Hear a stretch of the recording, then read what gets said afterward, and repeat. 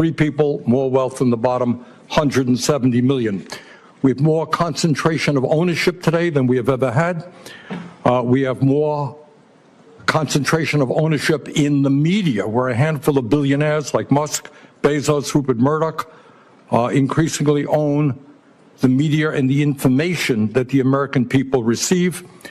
We have a corrupt campaign finance system in which a small number of billionaires in both political parties make huge contributions into the presidential and congressional campaigns.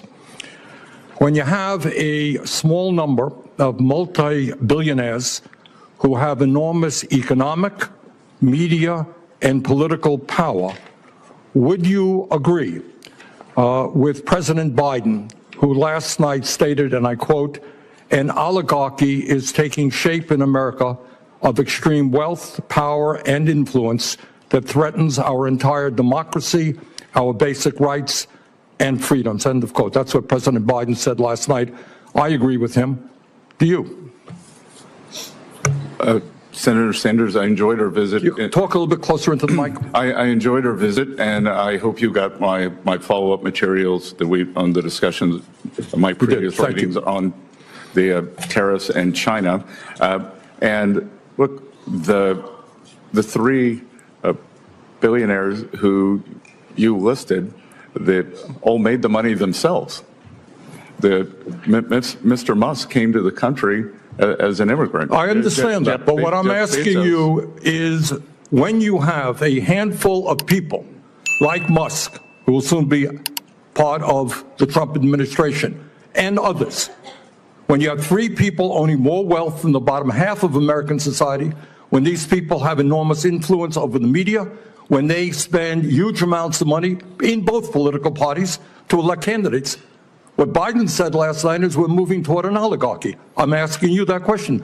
Do you think, forget how they made their money, do you think that when so few people have so much wealth and so much economic and political power, that that is an oligarchic form of society? Well, I would note that President Biden gave the Presidential Medal of Freedom to 2 people who I think would qualify for his oligarchs. This is not a condemnation of any one individual.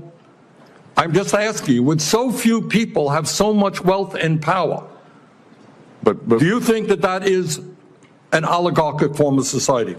Senator, I think it depends on the ability to move up and down the income. No, that's not really the answer. I mean, even if you had that mobility, no matter who those individuals might be. All right, but let me ask you another question. Right now in America, we have over 22 million workers who are making less than $15 an hour, and nearly 40 million people in our country earning less than $17 an hour. Shamefully, the federal minimum wage, despite the efforts of myself and other people here, have not been raised since 2009 and remains an unbelievable $7.25 an hour. Will you work with those of us who want to raise the federal minimum wage to a living wage to take millions of Americans out of poverty? Senator, I believe that the minimum wage is more of a statewide and regional issue. So you don't think we should change the federal minimum wage of $7.25 an hour? No, sir. Okay. Mr. Bessent, millions of working class Americans who are struggling to keep their heads above water are paying outrageously high interest rates on their credit cards. Over half the American people who take out new credit cards are being charged interest rates of over 24%. During his campaign, President-elect Trump promised that he was going to cap credit card interest rates at 10%. I happen to think that that is a very good idea, and I will soon be introducing legislation to do just that. Will you, as if you are confirmed, be supportive of what President-elect Trump said and what I want to see happen, and that is to cap credit card interest rates at 10%? Senator, I think we can both agree that many credit card companies have been bad actors throughout history, and I will get back to you once Now, President, very simple question. Trump said he wants to cap credit card interest rates at 10%. I agree with him. Will you be supportive of what Trump and I would like to do? when President Trump takes office, and if I am confirmed, I will follow what President Trump wants to do. Okay. Thank you very much. You just witnessed an absolute masterclass in political composure and intellectual dominance as Treasury Secretary nominee Scott Bessent completely dismantled Senator Bernie Sanders' predictable anti-wealth theatrics, leaving the hearing room in stunned silence and turning what was supposed to be a carefully laid trap into a devastating exposure of the left's crumbling economic worldview. When the far left attempted to deploy their tired narrative, predictably demonizing spectacular financial success and trying to aggressively brand visionary entrepreneurs as sinister oligarchs, they clearly did not expect Bessent to show up to the Senate floor armed with undeniable facts, unshakable poise, and a total unapologetic refusal to back down an inch. Bessent hit back with a profound reality check that instantly sucked the air out of the room, forcefully defending innovators like Elon Musk by brilliantly framing the billionaire not as a greedy villain, but as the ultimate embodiment of the American dream, an immigrant who arrived on these shores with nothing and relentlessly built world-changing empires from the absolute ground up through sheer merit, grit, and unparalleled innovation, refusing to let monumental success be artificially framed as a moral failing. Bessent ruthlessly called out the glaring hypocrisy of the political left, pointedly reminding everyone in the chamber that President Joe Biden has had absolutely no problem cheerfully pinning the prestigious Presidential Medal of Freedom onto the chests of individuals who fit the exact same elite financial profile that Sanders and his progressive allies love to publicly hate. As the initial ideological trap that Sanders tried to set completely collapsed under the weight of basic logic, the senator desperately attempted to pivot the conversation to the highly contentious issue of a federal minimum wage hike, hoping to score a cheap populist point for the cameras. Instead of taking the bait, Bessent stood like an absolute fortress, delivering a masterfully grounded economic reality check by highlighting the undeniable fact that complex wage issues are vastly better handled at the state and regional levels, where local economies dictate the true cost of living, rather than through blunt, draconian, one-size-fits-all federal mandates that inevitably crush the very small businesses that form the irreplaceable backbone of the American economy. The relentless onslaught of progressive questioning didn't stop there, when Sanders predictably shifted his tactics yet again, bringing up President-elect Donald Trump's bold proposal to aggressively cap credit card interest rates at a strict 10%.